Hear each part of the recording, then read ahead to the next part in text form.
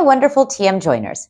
I'm Priya Mistry, the TMJ doc, and in this video, I will be talking about something called osteoarthritis, also called OA for short. Osteoarthritis is something I see frequently at my office. Many of my patients have some level of osteoarthritis. However, it sounds a lot scarier than it actually is. Watch this video until the end for all the information. Additionally, you can feel free to leave a comment below as I've started a new segment called Highlighting a TM Joiner, during which I'll be highlighting one of your comments and responding to it. Before getting into it, be sure to check out my office website and my other social media platforms. I've also got these new facial rollers that you can use to massage your own masseters or your temporalis muscles. This can be very beneficial in helping with jaw pain and headaches, and even neck pain, because oftentimes jaw pain is connected to neck pain. So you can get these on my office website. I've also linked them above. It's $20 for a set of 2. They feel quite cool to the touch, which for me is very therapeutic and soothing. Some people like warmer therapy or warm massage, so you can wrap it in a warm towel before using them. So check those out. For those of you who don't know me, I'm a general dentist with a practice in Vancouver, Washington. At my practice, we are dedicated to taking care of those with TMJ disorders. I've noticed that while a lot of you are watching, you're not subscribing. So please just take a second to hit that subscribe button so these videos can be pushed out more into the interwebs to help more people. So now let's get right into it. Osteoarthritis, or OA, is also called degenerative joint disease. And in layman's terms, it's called wear and tear arthritis. It is the form of arthritis that involves chronic degeneration of the hard and soft tissues in and around the joint in question. In this case, the TMJs, the jaw joints. According to the National Institute of Health, about 15% of the population has or suffers from osteoarthritis. Studies show that osteoarthritis can occur at any age. At my private practice, I've seen someone as young as 13 years old with severe osteoarthritis in her jaw joints. And I've also seen someone in their 70s with no sign of osteoarthritis in their jaw joints. Further proof that this can occur at any age. Certain hormones, beta-estradiol and relaxin, are actually linked to osteoarthritis in the jaw joints as well. These hormones are found in much higher levels in females than in males. And it's no coincidence that the majority of my patients are females as well. Osteoarthritis can also come about because of just not having enough space in the joints. Everything is too cramped and compressed in there. What does that mean exactly for the jaw joint? Well, let's review some anatomy so we can get a good picture as to what I'm talking about. The jaw joint is made of 2 bony components, the condyle, which is the bony knob that the jawbone ends on, and the temporal bone, which is the skull bone. In between these 2 bony components sits a disc of cartilaginous tissue. This is called the articular disc. The articular disc does not have nerves and it does not have a blood supply either. The 2 jaw joints are the only joints in the body that have a hard end point. That is where the teeth come together. How the teeth come together is the ultimate determinant of how much space there is or is not in the jaw joints. Where your teeth come together, your bite, is not entirely in your control. That's just growth and development and is very different for each individual.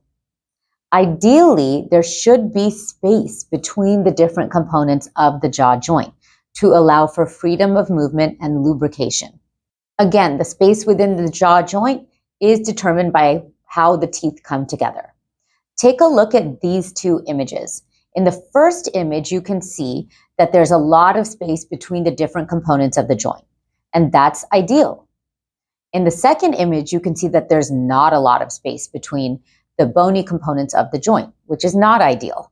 When there's not a lot of space, when things are compressed and cramped in there, the different parts of the joint, the bony components and the cartilage, rub against each other with more force and more frequently. And with that, the joint can start to break down. And this process is called osteoarthritis.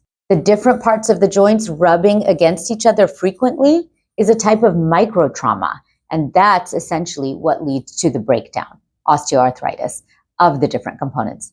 It's literally wear and tear due to the different parts of the joints rubbing against each other. That's why osteoarthritis is also called wear and tear arthritis.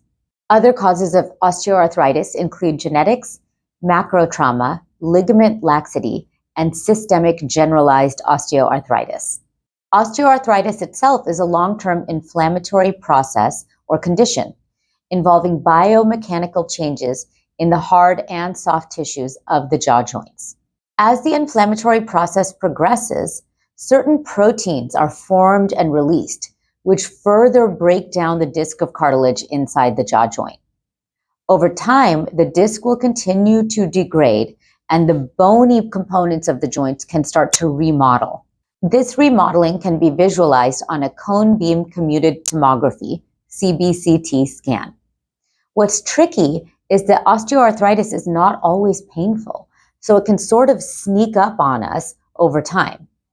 So how is osteoarthritis diagnosed if it's not super painful? Osteoarthritis is diagnosed by getting a thorough history, doing a thorough physical examination, including recording joint noises. That is called sonography.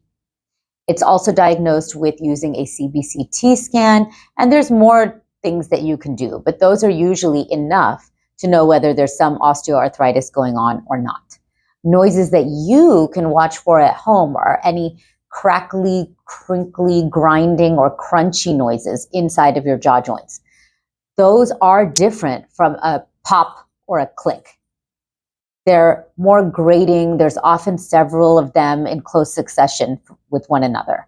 Those crackly, grinding noises are typically crepitus. Crepitus is usually indicative of osteoarthritis. How is osteoarthritis treated? Well, there's good news here and there's bad news here. Let's start with the bad news. Once there is osteoarthritis inside of the jaw joints, it cannot be reversed. So if the disc is degraded inside the jaw joint or the bones have started to remodel, we can't completely reverse that. But what we can do, and here's the good news, is we can slow down the future rate of wear and tear. So what does that mean? A well-made TMJ orthotic will decompress and create space inside of the jaw joints.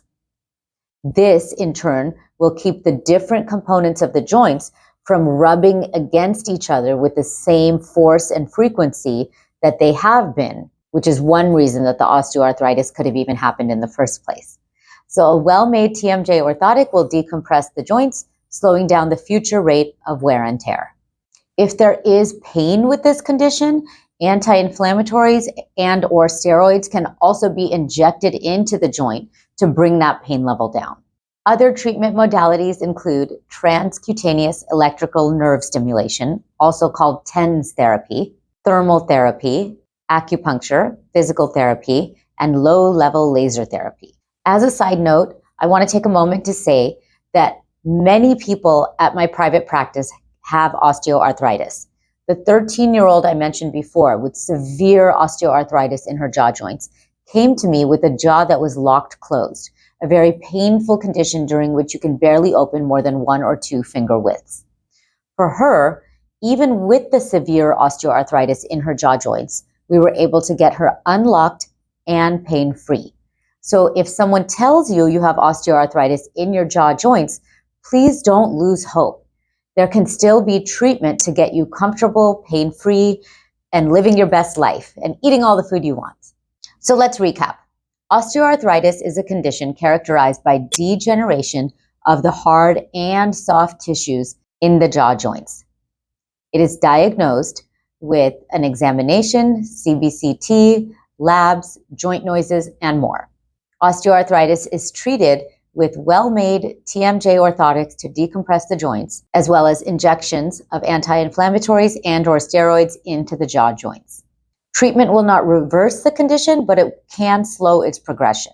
Now let's move on to my new segment highlighting a TM joiner.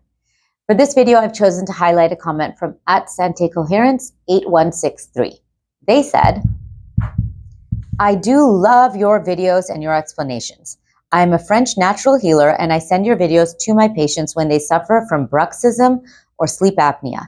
Thank you for sharing your knowledge so simply and kindly. Thank you at Sante Coherence 8163 for understanding the true purpose of these videos. I made these videos to create more information for people that are suffering from TMD. When I started this channel in 2020, there wasn't really a lot of information about TMD that was easily available and presented in a format that was easy to understand. So it was my goal to make those, and I hope that these help you in some way, shape, or form. So that's really it, my friends.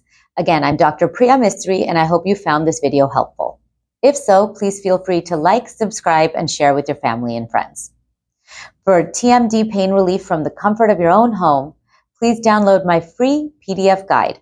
You can find this on my website if you scroll down to the bottom of the home page. It's entitled 3 Steps to TMJD Pain Relief. Feel free to leave a question or comment below. I'd love to hear from you.